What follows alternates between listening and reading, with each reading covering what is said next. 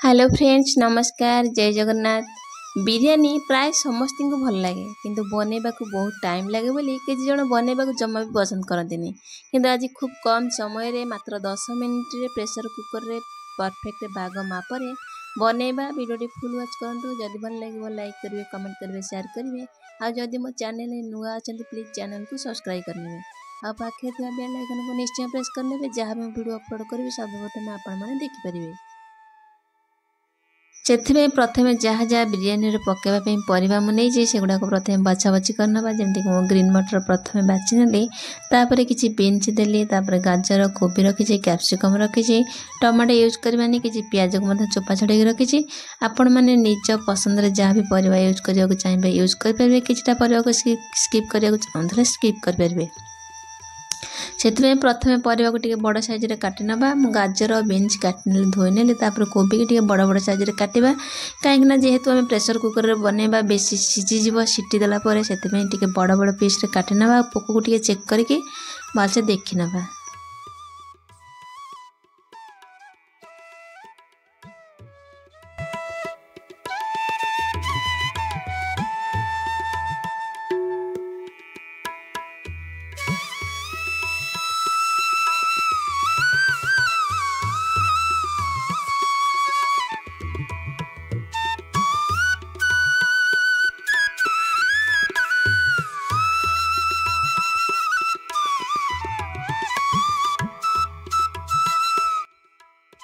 एठी मु 4टा खंडे मीडियम साइज रो प्याज को छोट छोट कर काट नै छी किछि कैप्सिकम गाजर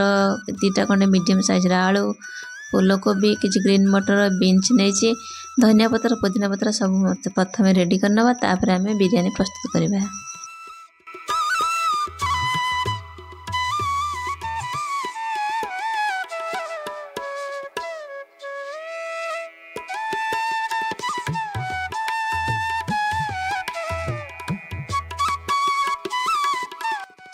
ये बसई गोटे कड़े गरम है रिफाइन तेल को यूज कर रिफाइन तेल देदेवा 2 बड़ चामच टी अधिक केवल पियाज आमर भाजबार अच्छी छाणीबार अच्छी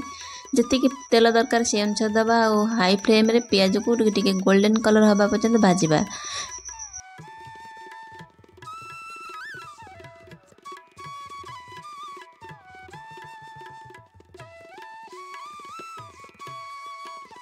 पियाज टी भाजी हो गला एति रखी हम काढ़ी ना पियाज थंडा हो पुणी आहरी से गरम रे ही बहुत परिमाण भाजी जो माने पोड़ी जो से एति रखिकी भाजी नबा।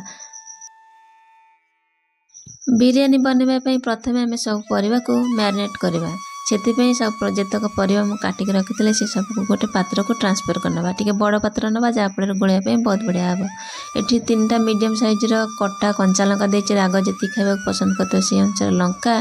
3 बड़ चामच देती अदा रसुण पेस्ट हाफ चामच हलदी गुंड 1 चामच दबा काश्मीर लंका गुंड ता सहित हाफ चामच देती जीरा गुंड हाफ चामच दबा धनिया गुंड 1 चामच देदेबा गरम मसला 1 चामच बड़ चामच खंडे देदेबा बिरयानी मसला। ये दहीटा मुझे पकई स्किप कर देछि वीडियो करने से सहित किसी कटा धनिया पत्र पियाज भजा स्वाद अनुसार लुण दबा मो पाखे पुदीना पत्र परिमाण कम थी यूज करनी गार्निशिंग बेले यूज करवा तापर सब गोले दे अध घंटे कि 10-15 मिनट कवर कर रेस्ट करनबा। पियाज भाजी कड़े किसी तेल बड़ी जाता से तेल किसी तेल काढ़ी नहीं तापर 2टा तेजपत्र खूब कम तेल रे बनैबा ता सहित 2टा तेजपत्र 1 चामच जीरा डालचीनी ता सहित बड़ अलैच छोट अलैच लवंग ता सहित मुझे 2-4टा गुजराती जावित्री स्टार फूल सब दबा गोटा मसला को देकी टिके भलसे भाजी नवा जमी बास्ना आसो तापर आम आगु मैरिनेट कर रखि सब परिवा को देदेबा आउ से परिवार बासन को धोईकी तार पानी की देदेबा किसी समय गोली गोली भाजवा जमी परिवा 50% सीझीज।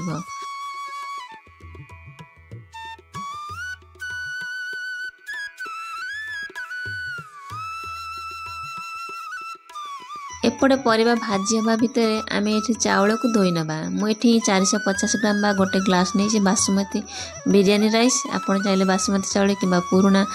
घर जे अरुआ चाउल नॉर्मल थो आप यूज करेंगे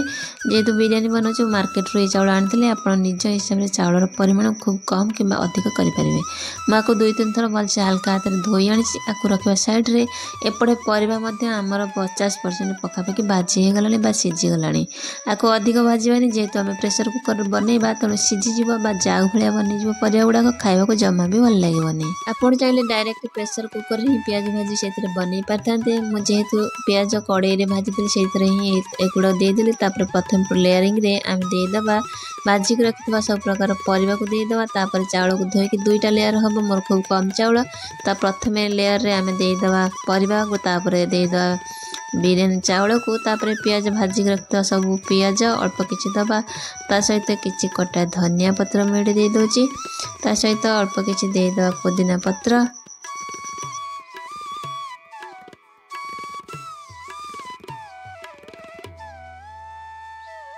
बिरयानी रे भल कलर आने किसी फूड कलर को मुझे गोल देती आप चाहिए स्किप करेंगे ये 2 बड़ चामच देदेबा देसी गुआ घी तापर हाफ चामच देदेबा बिरयानी मसला ताकू देदेबा तापर आधे आ किसी स्वाद अनुसार टिके लुण दबा चाउलटा मोर टिके खारिया न लगे माखरा न लगे अल्प टिके लुण दबा तापर आम अलग सब जो चाउल तक थिला से तक देदेबा तापर स्वाद ठार टिके कम देदेबा तर लुण तापर प्रथम लेयरिंग जमी करथिले जमी पियाज भजा पुदीना पत्र भुसंग पत्र फूड कलर टिके घी बिरयानी मसला ये मुझे केवड़ा वाटर यूज करची बढ़िया बास्ना से बेसी दबानी पिता लगे अल्प टप देदेबा तापर सेकेंड लेयर आम से प्रोसेस रे बनई नबा आ परिवा को सब देदेबा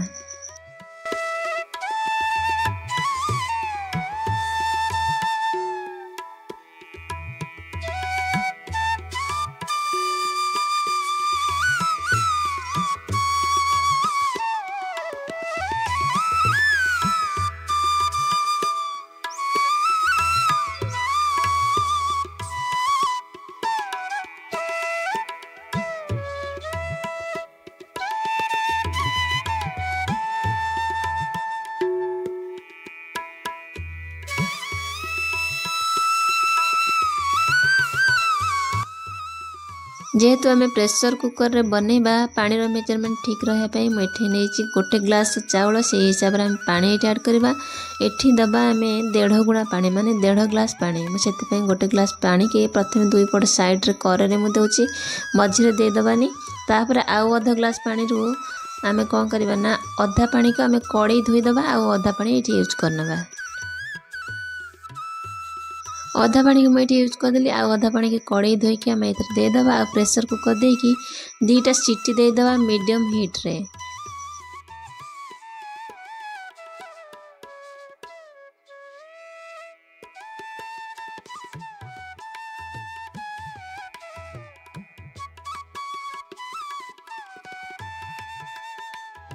प्रेसर कुकर पूरा भलसे ठंडा होगला ऑटोमेटिकली आम लिड खोल चेक करवा देखो केते परफेक्ट पूरा गोटा गोटा खिला खिला ही बिरयानी बनी परफेक्ट भाग माप रही आपंकर बिरयानी पूरा गोटा गोटा रही जेहेतु गरम अच्छी टी ये अच्छी टाणी माने सुखीगला माने खूब कम समय पर